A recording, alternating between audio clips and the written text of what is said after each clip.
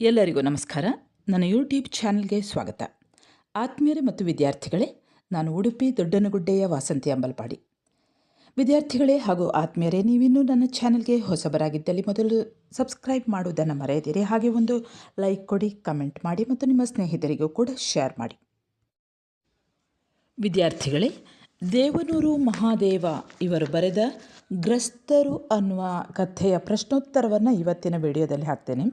ವಿದ್ಯಾರ್ಥಿಗಳೇ, ದೇವನೂರು ಮಹಾದೇವ ಬರೆದಂಥ ಈ ಗ್ರಸ್ತರು ಕಥೆಯನ್ನು ವಾಚನ ಕೂಡ ಮಾಡಿದ್ದೇನೆ, ಅಲ್ಲಿಗೂ ಕೂಡ ಭೇಟಿ ನೀಡಿ.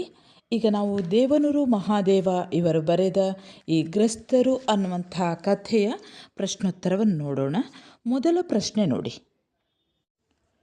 ಕುಟುಂಬದ ನೋವು ಯಾತನೆಗಳನ್ನು ಕಥೆಗಾರರು ಗ್ರಸ್ತರು ಕಥೆಯಲ್ಲಿ ಹೇಗೆ ಬಿಂಬಿಸಿದ್ದಾರೆ? ಎರಡನೆಯ ಪ್ರಶ್ನೆ, ಕಥಾನಾಯಕನ ಇಕ್ಕಟ್ಟಿನ ಸ್ಥಿತಿಯನ್ನು ಮತ್ತು ಆ ಸ್ಥಿತಿಯನ್ನು ನಿಭಾಯಿಸುವ ರೀತಿಯನ್ನು ಗ್ರಸ್ತರು ಕಥೆಯ ಹಿನ್ನೆಲೆಯಲ್ಲಿ ವಿವರಿಸಿರಿ. ಮೂರನೇ ಪ್ರಶ್ನೆ, ಗ್ರಸ್ತರು ಕಥೆಯಲ್ಲಿ ಬದುಕಿನ ಹೊಯ್ದಾಟದ ಚಿತ್ರಣಗಳನ್ನು ನೀಡಿರಿ. ವಿದ್ಯಾರ್ಥಿಗಳೇ, ಈ ಮೂರು ಪ್ರಶ್ನೆಗಳಿಗೂ ಕೂಡ ಮುಂದೆ ಹೇಳುವಂತಹ ಉತ್ತರವೇ ಉತ್ತರವಾಗಿರ್ತದೆ. ಸರಿಯಾಗಿ ಗಮನಿಸಿ ಕೇಳಿಸಿಕೊಳ್ಳಿ. ಗ್ರಸ್ತರು ಕಥೆಯಲ್ಲಿ ದೇವನೂರು ಮಹಾದೇವರು ಕುಟುಂಬದ ನೋವು ಯಾತನೆಗಳನ್ನು ತುಂಬ ಮನೋಜ್ಞವಾಗಿ ಬಿಂಬಿಸಿದ್ದಾರೆ. ಕಥಾನಾಯಕನ ಇಕ್ಕಟ್ಟಿನ ಸ್ಥಿತಿ ಮತ್ತು ಆಸ್ತಿಯನ್ನು ನಿಭಾಯಿಸುವಂಥ ರೀತಿಯನ್ನು ಇಲ್ಲಿ ಚಿತ್ರಿಸಲಾಗಿದೆ. ಬದುಕಿನ ಹೊಯ್ದಾಟದ ಚಿತ್ರಣವನ್ನು ಕೂಡ ನಾವಿಲ್ಲಿ ಗಮನಿಸಬಹುದು. ಕೆಲಸವನ್ನು ಬಿಟ್ಟು ಬಂದಂತಹ ಕಥೆಗಾರನಿಗೆ ಯೋಚನೆ ಬೆಟ್ಟದಷ್ಟು ಭಾರವಾಗ್ತದೆ. ಆ ಭಾರಕ್ಕೆ ನೆಲದಲ್ಲಿ ಹೂತು ಹೋಗುತ್ತೇನೋ ಎನ್ನುವಂತಹ ಭಯ ಅವರಿಗಾಗ್ತದೆ. ಆ ಕೆಲಸ ಗೌಡರು ಸ್ವಾಮಿಗಳ ಕಾಲು ಹಿಡಿಸಿ ಕೊಡಿಸಿದ್ದು. ಧರ್ಮ, ಕರ್ಮ, ಮಠ, ಸ್ವಾಮಿಗಳೆಲ್ಲ ಸೋಗು ಎಂದು ಭಾವಿಸಿದ ಕಥಾನಾಯಕನಿಗೆ ಆ ಕೆಲಸವನ್ನು ಮಾಡಲಾಗುವುದಿಲ್ಲ. ಗೌಡರ ಬಗ್ಗೆ ತುಂಬ ಅಭಿಮಾನವನ್ನು ಇಟ್ಟುಕೊಂಡು ತಾಯಿ ಆ ಕೆಲಸವನ್ನು ಕೊಡಿಸಿದ್ದಳು. ಈ ಇಕ್ಕಟ್ಟಿನಲ್ಲಿ ಸಿಕ್ಕಿಕೊಂಡಂತಹ ಕಥಾನಾಯಕನ ಬದುಕು ಒಂದು ಹೊಯ್ದಾಟದ ಬದುಕಾಗಿ ಬಿಡುತ್ತದೆ.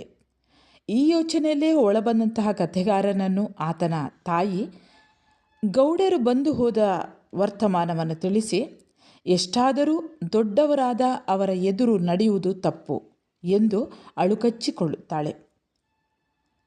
ಅವನ ಮಾತುಗಳಿಂದ ಕಥಾನಾಯಕನಿಗೆ ಗೌಡರ ಮಾತು ನೆನಪಾಗುತ್ತದೆ. ಹುಡುಗ ಯೋಗ್ಯನೆಂದು ಗೌಡರು ಕಥೆಗಾರನಿಗೆ 1000ವರೆಗೂ ಸಾಲ ಕೊಟ್ಟಿದ್ದರು. ಸ್ವಾಮಿಗಳ ಕಾಲು ಬಿದ್ದು ಕೆಲಸ ಕೊಡಿಸಿದ್ದರು.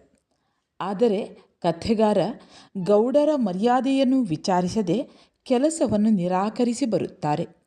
ಇದರಿಂದ ಕೋಪಗೊಂಡ ಗೌಡರು ತನ್ನ ಮನೆಯ ಬಾಗಿಲು ಮೆಟ್ಟಬೇಕಾದರೆ ಅಸಲು ಬಡ್ಡಿ ಸಮೇತ ಬಂದು ಮೆಟ್ಟಬೇಕು ಎಂದು ಹೇಳಿದ್ದರು ಗೌಡರು. ಇಲ್ಲವಾದರೆ ಅಂಗೈಯಗಲ ಹೊಲವು ಉಳಿಯುವುದಿಲ್ಲ ಎಂದು ಆತನ ತಾಯಿಗೆ ಎಚ್ಚರಿಸಿ ಹೋಗುತ್ತಾರೆ. ಕಥಾನಾಯಕ ದೊಡ್ಡವ್ವ ಮಾಡಿಕೊಟ್ಟ ಟೀ ಕುಡಿದು ಗೌಡರನ್ನು ಭೇಟಿಯಾಗಲು ಗೌಡರ ಮನೆಗೆ ಹೋಗುತ್ತಾನೆ. ಕಥೆಗಾರನ ಕಾಗದ ಪತ್ರಗಳನ್ನೆಲ್ಲ ಸುತ್ತಲೂ ಹರಹಿಕೊಂಡು ಮಂಚದ ಮೇಲೆ ಕೂತಿದ್ದ ಗೌಡರು ಕಥೆಗಾರನನ್ನು ಬರಮಾಡಿಕೊಂಡು ಟೀ ಕುಡಿಸುತ್ತಾರಾದರೂ ಹಣದ ಪ್ರಸ್ತಾಪ ಬಂದಾಗ ಅಷ್ಟೇ ಕಠೋರವಾಗುತ್ತಾರೆ. ಗೌಡರು ಕಾಗದ ನೋಡಿ ತಲೆ ಎತ್ತಿ ನಿನ್ನದನ್ನೇ ನೋಡುತ್ತಿದ್ದೆ ಎಂದಾಗ ಕಥೆಗಾರನಿಗೆ ಮಾತನಾಡಲು ತೊಡಕಾಗುತ್ತದೆ. ಏನು ಮಾತನಾಡಬೇಕು ಎಂದು ತಿಳಿಯದೆ ಉಗುಳು ನುಂಗಿ ನಿಧಾನಿಸಿದರೆ ಆಗುತ್ತಿತ್ತು ಎನ್ನುತ್ತಾನೆ. ಹೇಗಾಗುತ್ತೆ ಹೇಳು ಎಂದ ಗೌಡನಿಗೆ ಕಥಾನಾಯಕ, ಈಗೆಲ್ಲಿಂದ ತರಲಿ ಹೇಳಿ, ಕೆಲಸ ಬಿಟ್ಟು ಬಂದುದು ಗೊತ್ತೇ ಇದೆ ಎನ್ನುತ್ತಾನೆ. ಗೌಡರು ಕಥೆಗಾರನನ್ನು ಗುರಾಯಿಸಿ ನೋಡಿ, ಸರಿಯಪ್ಪ, ನೀನೇನೋ ಕೆಲಸ ಬಿಟ್ಟೆ, ಕೆಲಸ ಕೊಡಿಸಿದವರ ಮಾನ ಏನಾಗಬೇಕು ಎನ್ನುತ್ತಾರೆ. ಹೇಗೆ ಹೇಳಬೇಕು ಎಂದು ಗೊಂದಲಿಸಿಕೊಂಡ ಕಥಾನಾಯಕ, ಹಾಗಲ್ಲ, ಅದು ನಿಮಗೆ ಗೊತ್ತಾಗಲ್ಲ ಎನ್ನುತ್ತಾನೆ.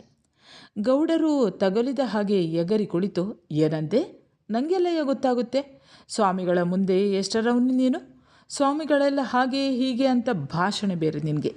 ಈಗಕ್ಕೆ ಪಂಚಾಯಿತಿ, ನಂದು ನಿಂದು ವ್ಯವಹಾರ ಮುಗೀತು, ಅಸಲು ಬಡ್ಡಿ ತಂದು ಒಪ್ಪಿಸು, ಮುಂದಕ್ಕೆ ನಿನ್ನ ಹಾದಿ ಎಂದು ದುಮುಗುಡುತ್ತಾ ಕುಳಿತು ಬಿಡುತ್ತಾರೆ. ಸುಮ್ಮನೆ ಕೂರಲಾಗದೆ ಕಥಾನಾಯಕ ಹಾಗಲ್ಲ ಗೌಡರೇ ಎನ್ನುತ್ತಿದ್ದಂತೆ, ಹೇಳಿದರೆ ನಿಮಗೆ ಗೊತ್ತಾಗಲ್ಲ, ಈಗ ಗೊತ್ತಾಗುತ್ತೆ ತಕೋ ಎಂದು ಸೀಳುವ ಥರ ನೋಡುತ್ತಾರೆ ಗೌಡರು. ಕಥಾನಾಯಕ ಚಡಪಡಿಸಿ ಮೇಲಕ್ಕೆ ಎದ್ದು ಸರಿ ಬರ್ತೀನಿ ಎಂದು ತಿರುಗಿ ನೋಡದೆ ಹೊರಬರುತ್ತಾನೆ. ಕಥಾನಾಯಕನ ತಲೆ ಗಿರ್ರೆಂದು ಸುತ್ತುತ್ತದೆ. ನಿಂತ ಕತ್ತಲೆಯಲ್ಲಿ ಹಾದಿ ಸಿಕ್ಕದಂತಾಗುತ್ತದೆ. ಕಥೆಗಾರ ಮನೆಗೆ ಬರುತ್ತಿದ್ದಂತೆಯೇ ಅವ್ವ ಜ್ಞಾಪಿಸಿಕೊಂಡು, ಗೌಡರ ಹಟ್ಟಿಗೆ ಹೋಗಿದ್ಯಾ ಎಂದು ಕೇಳುತ್ತಾಳೆ. ಹೋಗಿದ್ದಾಗಿ ಹೇಳುತ್ತಾನೆ ಕಥಾನಾಯಕ. ಏನಂದರು ಎಂದು ಅವ್ವ ಕೇಳಿದ್ದಕ್ಕೆ ಏನು ಹೇಳಬೇಕೆಂದು ಕಥಾನಾಯಕನಿಗೆ ತಿಳಿಯದಾಗುತ್ತದೆ. ಅವ್ವ ಮತ್ತೆ ಅದನ್ನೇ ಕೇಳಿದಾಗ ಸಿಡುಕಿ ಬಾಯಿ ಮುಚ್ಚಿಸಲು ನೋಡುತ್ತಾನೆ. ನನ್ನ ಮಾತು ಅಂದ್ರ ನಿಂಗ್ಯಾಕ ಹಿಂಗ ಹೇಳು ಎಂದು ಅವ್ವ ಕಥಾನಾಯಕನನ್ನು ಕರೆದು ಪಕ್ಕಕ್ಕೆ ಕುಳ್ಳಿರಿಸಿಕೊಂಡು ಕೇಳುತ್ತಾಳೆ. ಎಷ್ಟೋ ಹೊತ್ತು ಸುಮ್ಮನಿದ್ದ ಕಥಾನಾಯಕ ತನಗೆ ಸರಿಯೆನಿಸಿರುವುದನ್ನು ಹೇಳಿದುದಾಗಿ ತಿಳಿಸುತ್ತಾನೆ. ಧರ್ಮ ಕರ್ಮ ಮಠ ಸ್ವಾಮಿಗಳೆಲ್ಲ ಸೋಗು ಎಂದನಿಸ್ತದೆ. ಅದನ್ನು ಹೇಳುವುದು ತಪ್ಪಲ್ಲ ಎನ್ನುತ್ತಾನೆ ಕಥಾನಾಯಕ. ಅವ್ವ ದುರು ನೋಡತೊಡಗುತ್ತಾಳೆ. ಯಾವುದೂ ಬೇಡ, ಹೊಲ ಮನೆ ಇದೆ ಎಂದು ಬಂದರೆ ಈಗ ಗೌಡರಿಗೆ ಚುಚ್ಚಿಕೊಟ್ಟಿದ್ದಾರೆ ಎಂದು ಹೇಳುತ್ತಾನೆ. ತುಂಬ ನೋವು ತಿನ್ನುತ್ತಿದ್ದ ಅವ್ವ ಜೋರು ಉಸಿರು ತೆಗೆದುಕೊಂಡು ಹಣೆ ಚಚ್ಚಿಕೊಳ್ಳುತ್ತಾಳೆ. ಬಹಳ ಕಷ್ಟಪಟ್ಟು ಕಣ್ಣು ತೆಗೆದ ಅವಳ ಕಣ್ಣಿಂದ ದಳದಳ ನೀರು ದಿಮುಗುಡುತ್ತದೆ. ಅವ್ವ ಕೆಟ್ಟ ದನಿಯಲ್ಲಿ, ಈಗಲೇ ಹೋಗಿ ತಪ್ಪಾಯಿತು ಅಂತ ಕೇಳೋ, ದೇವರಂಥವರ ಎದುರು ನಿಂದು ನಿಷ್ಠುರ, ಇಷ್ಟಕ್ಕೂ ನಾ ಮಾಡಿದ ಕರ್ಮ, ಈಗಲೇ ಹೋಗು ಎಂದು ಅವಸರಪಡಿಸುತ್ತಾಳೆ. ಆಗೋದಿಲ್ಲ ಎಂದ ಕಥಾನಾಯಕ ಸ್ಪಷ್ಟವಾಗಿ ಹೇಳುತ್ತಾನೆ. ತಕ್ಷಣ ಅವ್ವ ತಾನೇ ತಪ್ಪಾಯಿತು ಎಂದು ಕೇಳುವುದಾಗಿ ಹೇಳುತ್ತಾಳೆ. ಅದಕ್ಕೆ ಕಥಾನಾಯಕ ಯಾರು ಕೇಳೋದು ಬೇಕಾಗಿಲ್ಲ ಎಂದು ಎರಡೂ ಕೈಗಳಿಂದ ತಲೆ ಅದುಮಿ ಸುಮ್ಮನಾಗಲು ನೋಡುತ್ತಾನೆ. ಹಿಂಗಂದ್ರೆ ಹೇಗೆ ನಾವು ಬದುಕೋದು ಎಂದು ಅವ್ವ ಚೀರಿದ್ದು ಕಥಾನಾಯಕನಿಗೆ ಕೇಳಲಾಗುವುದಿಲ್ಲ. ಕಥಾನಾಯಕ ಅವ್ವನನ್ನು ಚೂಪಾಗಿ ನೋಡಿ, ಈಗ ನಾವು ಬದುಕಿದ್ದೀವ ಎನ್ನುತ್ತಾನೆ. ಅವ್ವನ ಕತ್ತಿನ ನರಗಳು ಬಿಗಿದುಕೊಂಡು ಉಬ್ಬುತ್ತವೆ. ಎದ್ದು ದಪ್ಪ ದಪ್ಪ ಹೆಜ್ಜೆ ಹಾಕಿ ಬಾಗಿಲು ತೆಗೆದು ಹೊರಬಂದು ಕತ್ತಲಲ್ಲೇ ತಡವರಿಸಿ ಜಗಲಿಯ ಮುಂಡಿಗೆ ಹಿಡಿದು ಬಹಳ ಹೊತ್ತು ಕುಸಿದು ನಿಲ್ಲುತ್ತಾನೆ ಕಥಾನಾಯಕ. ವಿದ್ಯಾರ್ಥಿಗಳೇ, ಈಗ 5 ಅಂಕದ ಪ್ರಶ್ನೆ ನೋಡಿ. ಗ್ರಸ್ತರು ಕಥೆಯ ಆಶಯವನ್ನು ಬರೆಯಿರಿ. ಉತ್ತರ ನೋಡಿ. ದೇವನೂರು ಮಹಾದೇವರು ಬರೆದಂತಹ ಗ್ರಸ್ತರು ಅನ್ನುವಂತಹ ಈ ಕಥೆಯಲ್ಲಿ ದಲಿತ ಸಂವೇದನೆ ಇದೆ. ತಮ್ಮ ದಲಿತ ಜನಾಂಗದ ಸಂವೇದನೆಗಳನ್ನು ಸೃಜನಶೀಲವಾಗಿ ಅಭಿವ್ಯಕ್ತಿಪಡಿಸುವಲ್ಲಿ ದೇವನೂರು ಮಹಾದೇವ ಅವರು ಸಿದ್ಧಹಸ್ತರು. ದೇವನೂರರ ಮೊದಲ ಕಥಾ ಸಂಕಲನ ದ್ಯಾವನೂರು. ಈ ಕಥಾ ಸಂಕಲನದ ಸಣ್ಣ ಕಥೆಗಳಲ್ಲಿ ಒಂದಾದಂತಹ ಗ್ರಸ್ತರು ಈ ಕಥೆಯಲ್ಲಿ ಸಮಾಜದ ಮೇಲ್ವರ್ಗದ ಜನರ ತಿರಸ್ಕಾರಕ್ಕೆ ಬಲಿಯಾದ ದಲಿತ ಜನಾಂಗದ ಕಥೆಯೊಂದನ್ನು, ಶೋಷಣೆಯ ಮುಖವೊಂದನ್ನು ಈ ಕಥೆ ತುಂಬ ಪರಿಣಾಮಕಾರಿಯಾಗಿ ಕಟ್ಟಿಕೊಟ್ಟಿದೆ. ಕರ್ಮ ಧರ್ಮ ಮಠ ಸ್ವಾಮಿಗಳು ಇವೆಲ್ಲ ಬರೀ ಸೋಗುಗಳು. ಇವು ದಲಿತ ಜನಾಂಗಗಳನ್ನು ಯಶಸ್ವಿಯಾಗಿ ಶೋಷಿಸ್ತಾ ಇರುವಂತಹ ಪ್ರಬಲ ಅಸ್ತ್ರಗಳು ಎಂಬುದನ್ನು ಈ ಕಥೆ ತುಂಬ ಧ್ವನಿಪೂರ್ಣವಾಗಿ ಪ್ರತಿಪಾದಿಸುತ್ತದೆ. ಮೇಲ್ವರ್ಗದವರ ಜನರಿಂದ ತಿರಸ್ಕಾರಕ್ಕೆ ಒಳಗಾದಂತಹ ದಲಿತ ಕುಟುಂಬದ ಬಡತನ, ಹಸಿವು, ನೋವು, ನಲಿವು, ಯಾತನೆಗಳ ಚಿತ್ರಣ ಇಲ್ಲಿದೆ. ತನ್ನ ತತ್ವಕ್ಕಾಗಿ ಮೇಲ್ವರ್ಗದವರ ಆಶೋತ್ತರಗಳನ್ನು ತಿರಸ್ಕರಿಸಿದರೆ ಆ ವ್ಯಕ್ತಿಯ ಬದುಕಿನ ಸ್ಥಿತಿ ಯಾವ ಮಟ್ಟಕ್ಕೆ ಮುಟ್ಟುತ್ತದೆ, ಏನಾಗುತ್ತದೆ, ಬಡ್ಡಿ ಶೂಲದ ಶಿಫಾರಸು ಇಂತಹ ಶೋಷಣೆಗೆ ಒಳಪಡಿಸಲಾಗುತ್ತದೆ ಎಂಬುದನ್ನು ಈ ಕಥೆ ಧ್ವನಿಪೂರ್ಣವಾಗಿ ಚಿತ್ರಿಸಲಾಗಿದೆ. ಇನ್ನು ವಿದ್ಯಾರ್ಥಿಗಳ ಟಿಪ್ಪಣಿಗೂ ಕೂಡ ಈ ಗ್ರಸ್ತರು ಅನ್ನುವಂಥದ್ದು ಬರ್ಬೋದು. ಇದರಲ್ಲಿ ಇದೇ ವಿಷಯ ಮತ್ತು ಆ ಕಥೆಯನ್ನು ಸ್ವಲ್ಪ ಸಂಕ್ಷಿಪ್ತವಾಗಿ ಬರೆದು ಬಿಡಿ. ಇನ್ನು ವಿದ್ಯಾರ್ಥಿಗಳ 1 ಅಂಕದ ಪ್ರಶ್ನೆ ನೋಡಿ. ದೇವನೂರು ಮಹಾದೇವರು ಬರೆದ ಕಥೆಯ ಹೆಸರೇನು? ಉತ್ತರ ಗ್ರಸ್ತರು. ಅಥವಾ ಗ್ರಸ್ತರು ಬರೆದ ಕಥೆಗಾರರು ಯಾರು? ಗ್ರಸ್ತರು ಅನ್ನುವ ಕಥೆಯನ್ನು ಬರೆದವರು ಯಾರು ಅನ್ನುವಂಥ ಪ್ರಶ್ನೆ ಕೂಡ ಬರ್ಬೋದು. ಉತ್ತರ ದೇವನೂರು ಮಹಾದೇವ. 2ನೇ ಪ್ರಶ್ನೆ, ಗ್ರಸ್ತರು ಕಥೆಯ ಆಶಯವೇನು? ಉತ್ತರ ಸಮಾಜದ ಮೇಲ್ವರ್ಗದವರಿಂದ ನಡೆಯುವ ದಲಿತ ಜನಾಂಗದ ಶೋಷಣೆಯ ಗ್ರಸ್ತರು ಕಥೆಯ ಆಶಯ. 3ನೇ ಪ್ರಶ್ನೆ, ಕಥಾನಾಯಕ ನಿರಾಕರಿಸಿದ್ದು ಏನು? ಉತ್ತರ ಕೆಲಸ. 4ನೇ ಪ್ರಶ್ನೆ, ಕಥಾನಾಯಕನಿಗೆ ಕೆಲಸ ಕೊಡಿಸಿದವರು ಯಾರು? ಉತ್ತರ ಗೌಡರು. 5ನೇ ಪ್ರಶ್ನೆ, ಗೌಡರು ಕಥಾನಾಯಕನಿಗೆ ಹಾಕಿದ ಗಾಳ ಯಾವುದು? ಉತ್ತರ ಬಡ್ಡಿ ವ್ಯವಹಾರ.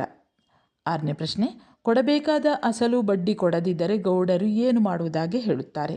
ಉತ್ತರ ಅಂಗೈ ಅಗಲದ ಹೊಲ ಇಲ್ಲದಂತೆ ಮಾಡುವುದಾಗಿ ಹೇಳುತ್ತಾರೆ. 7ನೇ ಪ್ರಶ್ನೆ, ಅವ್ವನ ದೃಷ್ಟಿಯಲ್ಲಿ ಕಥಾನಾಯಕ ಮಾಡಿದ ತಪ್ಪೇನು? ಉತ್ತರ ಗೌಡರನ್ನು ಎದುರು ಹಾಕಿಕೊಂಡದ್ದು. ಮುಂದಿನ ಪ್ರಶ್ನೆ, ಅವ್ವನ ದೃಷ್ಟಿಯಲ್ಲಿ ಗೌಡರು ಎಂಥವರು? ಉತ್ತರ ದೇವರಂಥವರು. 9ನೇ ಪ್ರಶ್ನೆ, ಗೌಡರ ಹೆಂಡತಿಯ ಹೆಸರೇನು? ಉತ್ತರ ನಾಗವ್ವ. ಕೊನೆಯ ಪ್ರಶ್ನೆ, ಗ್ರಸ್ತರು ಯಾವ ಕಥಾ ಸಂಕಲನದ್ದು? ಉತ್ತರ ದೇವನೂರು ಮಹಾದೇವರ ದ್ಯಾವನೂರು ಅನ್ನುವ ಕಥಾ ಸಂಕಲನದ್ದು. ಸರಿ ವಿದ್ಯಾರ್ಥಿಗಳೇ, ಇಲ್ಲಿಗೆ ಗ್ರಸ್ತರು ಈ ಒಂದು ಕಥೆಯ ಪ್ರಶ್ನೋತ್ತರ ಮುಕ್ತಾಯವಾಗ್ತದೆ. ಮುಂದೆ ಇನ್ನೊಂದು ಹೊಸ ಒಂದು ವಿಷಯದೊಂದಿಗೆ ಮತ್ತೆ ಬರುತ್ತೇನೆ. ಅಲ್ಲಿಯವರೆಗೆ ನಮಸ್ಕಾರ.